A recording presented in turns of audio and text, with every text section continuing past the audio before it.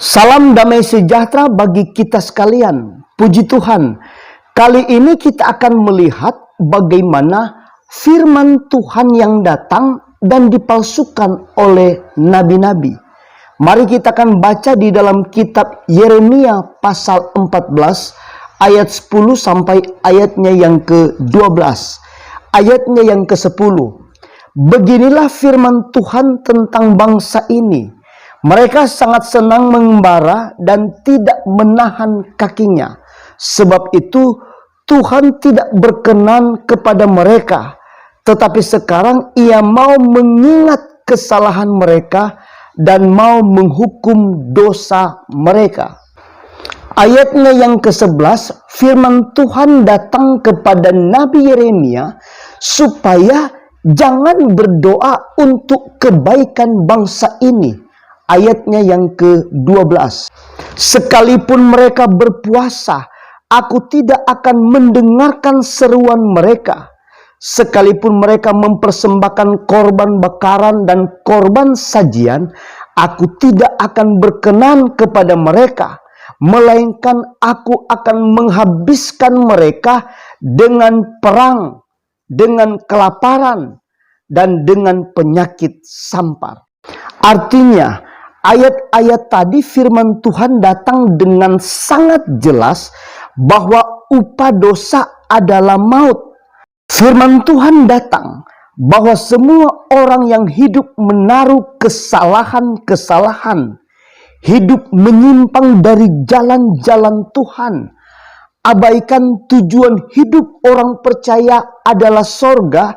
Alkitab berkata, semua akan menerima murka Allah. Ayatnya yang ke-13. Lalu aku berkata, aduh Tuhan Allah, bukankah para nabi telah berkata kepada mereka, kamu tidak akan mengalami perang dan kelaparan tidak akan menimpa kamu. Tetapi aku akan memberikan kepada kamu damai sejahtera yang mantap di tempat ini.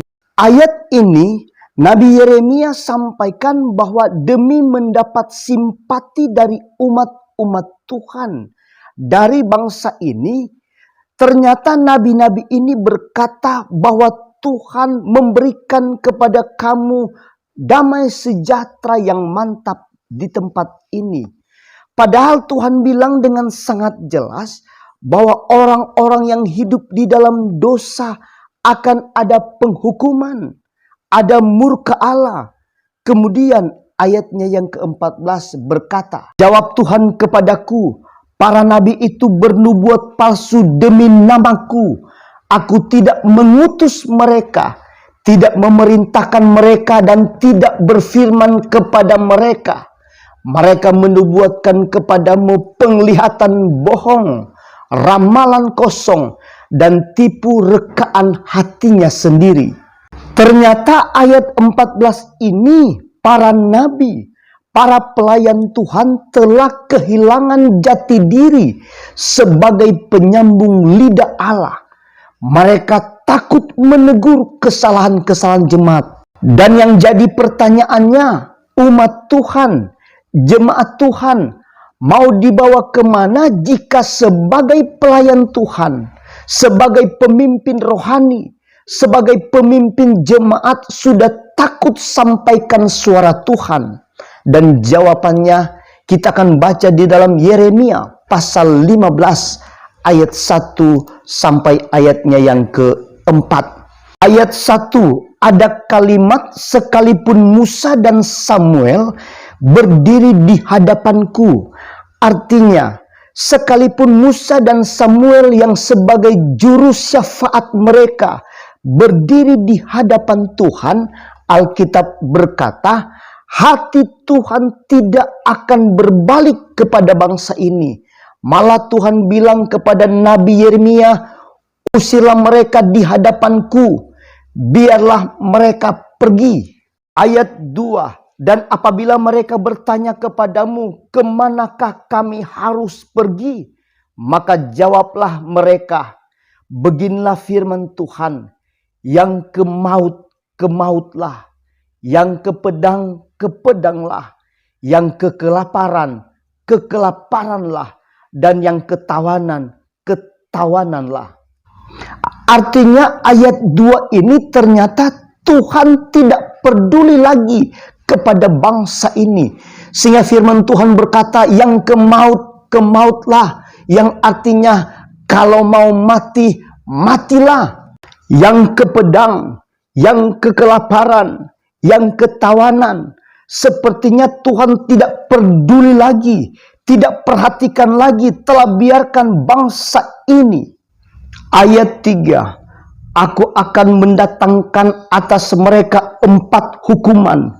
Demikianlah firman Tuhan, pedang untuk membunuh, anjing-anjing untuk menyeret-nyeret, burung-burung di udara dan binatang-binatang di bumi untuk memakan dan menghabiskan.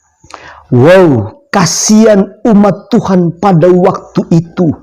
Ada pemimpin rohani, ada nabi, ada pelayan Tuhan, tetapi tidak dapat membawa pada tujuan akhir hidup, yaitu sorga. Yang ada mereka alami kebinasaan, yang ada hidup yang dimurkai oleh Tuhan. Lalu pertanyaannya, apa yang menjadi tantangan bagi kita pelayan-pelayan Tuhan untuk bawa gereja Tuhan yang hidup berkenan kepada Tuhan? Apakah kita takut seperti apa yang saya sudah katakan tadi, atau berani karena benar dan takut karena salah?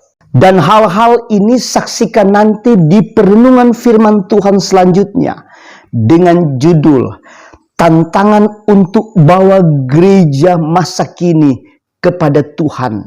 Tuhan Yesus memberkati. Haleluya. Amin.